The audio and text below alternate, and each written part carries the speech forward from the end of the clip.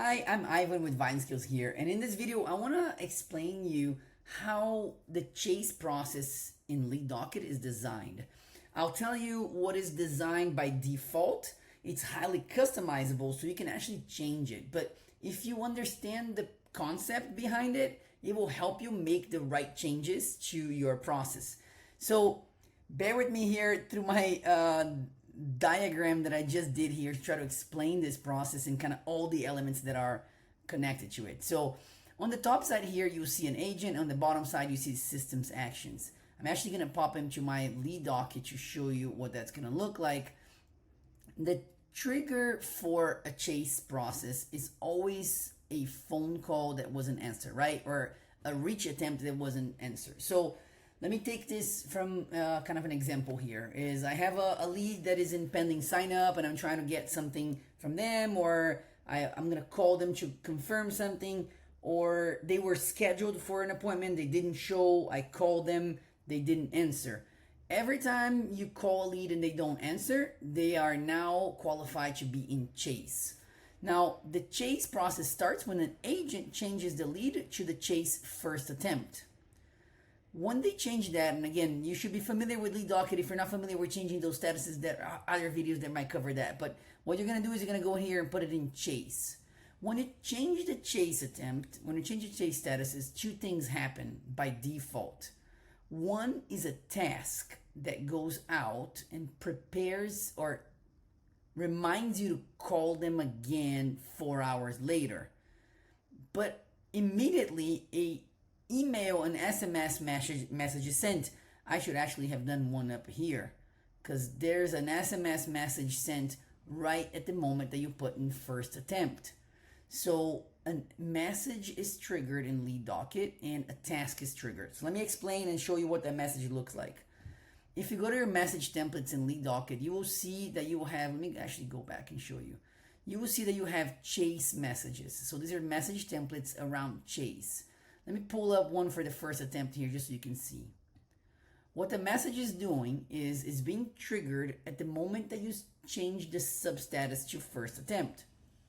It can have variables, it can be highly customizable however you want it. You can even have a Calendly link if you have the Calendly integration. It can do, it can have several tweaks and there are several triggers and how to customize these messages in the right way. It can even have, a attachment to it. So that message goes out. It can be an SMS, an email, or both. When that message goes out and the trigger is set, the task is set, 4 hours later, the agent will receive a reminder. It says, time to call this lead again. That reminder is called a task template in your Lead Docket. So let me go and take a quick look at what that looks like for you guys. So if you go here under your task templates, there's a task template that says continue to chase. It's a single task. You don't need multiple. It's just one task that's going to be reoccurring every time you change the chase substatus. It triggers again. You can define the 4 hours to be however many hours you want. Okay, so that's important to know.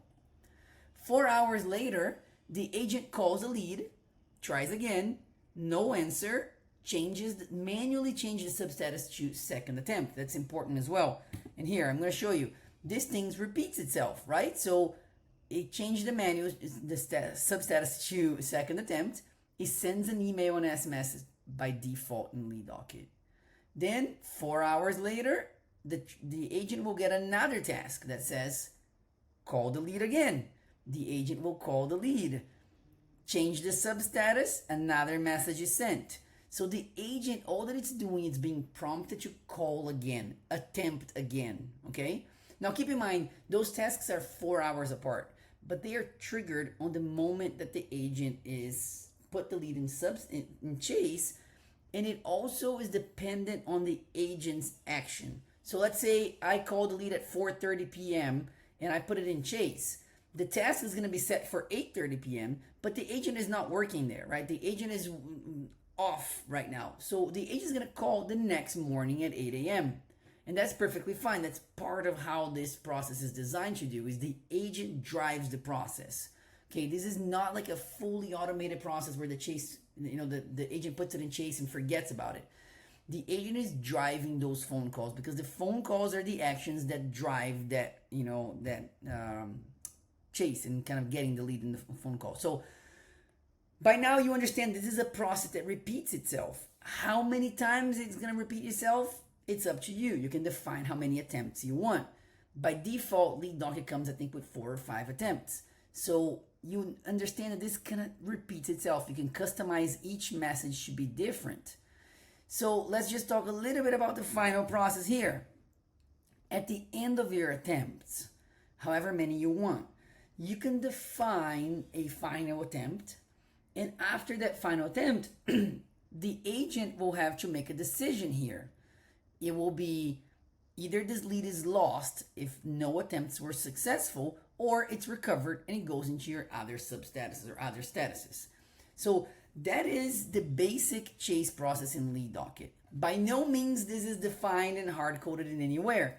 So I can show you guys, or I can tell you a couple of other ways that you can tweak this process to your own liking. So the first one is obviously changing the cadence or the frequency of these messages. That is a very good one, and it might be more related to your practice area or to your cadence of searching. That's number one.